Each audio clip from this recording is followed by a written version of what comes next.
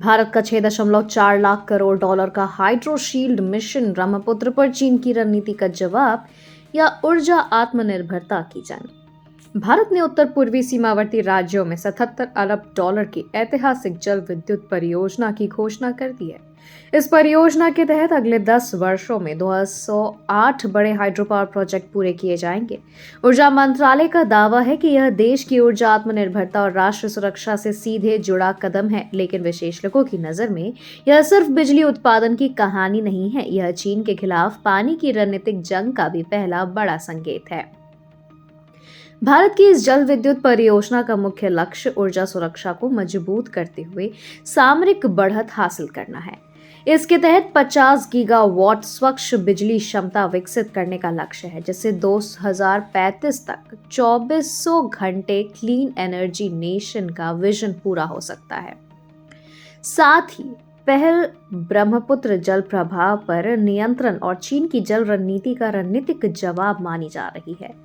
केंद्रीय ऊर्जा मंत्री R.K. सिन्हा ने कहा, भारत पानी को अब केवल प्राकृतिक संसाधन नहीं बल्कि राष्ट्र सुरक्षा का अभिन्न हिस्सा मानता है।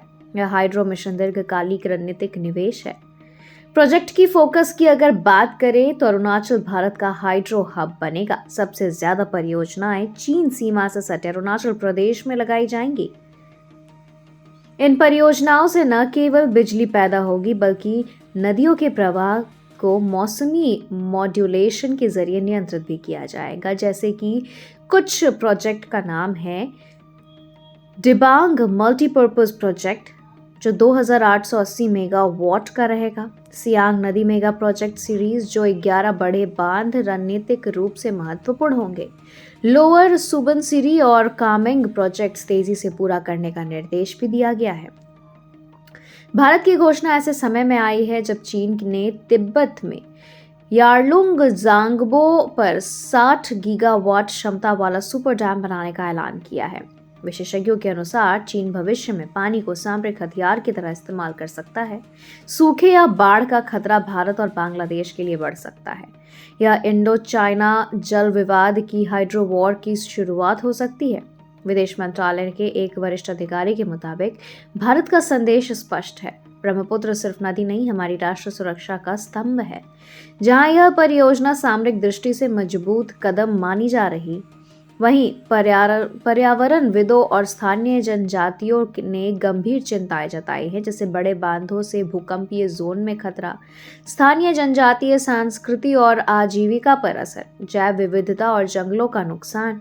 अरुणाचल के पर्यावरण कार्यकर्ता लोटे तागा ने कहा कि सरकार को जल्दबाजी नहीं करनी चाहिए। नदी सिर्फ पानी नहीं होती, यह सांस्कृतिक और सभ्यता है। इसके जवाब में सरकार ने ग्रीन इम्पैक्ट असेसमेंट और पुनर्वास पैकेज लागू करने का आश्वासन दिया है। भू राजनीतिक विश्लेषण ने भारत की जल रणनीति का उदय बताया है। ऊर्जा विश्लेषक जो डॉक्टर अरविंद जोशी के अनुसार उन्होंने कहा है, यह सिर्फ बिजली परियोजना नहीं, भारत अब चीन की विस्तारवादी जल नीति के खिलाफ हाइड्रो डिप्लोमेसी की शुरुआत कर चुका है। ग्लोबल स्तर पर भारत अब नेपाल और भूटान के साथ साझा हाइड्रो ग्रिड बनाएगा, बांग्लादेश को बिजली निर्यात बढ़ाएगा, अंतर्राष्ट्रीय मंचों पर ट्रांस बॉर्डर वाटर ट्रीटी की मांग करेगा। भारत का 77 अरब डॉलर का यह हाइड्रो प्लान केवल विकासात्मक परियोजना नहीं बल्कि राष्ट्र सुरक्षा, आर्थिक आत्मनिर्भरता और वैश्विक नेतृत्व की ओर बढ़ता एक रणनीतिक कदम है। चीन ने अपने बांधों के बाद अब पानी केवल पर्यावरण की बहस नहीं बल्कि भू राजनीतिक शक्ति का साधन बन चुका है।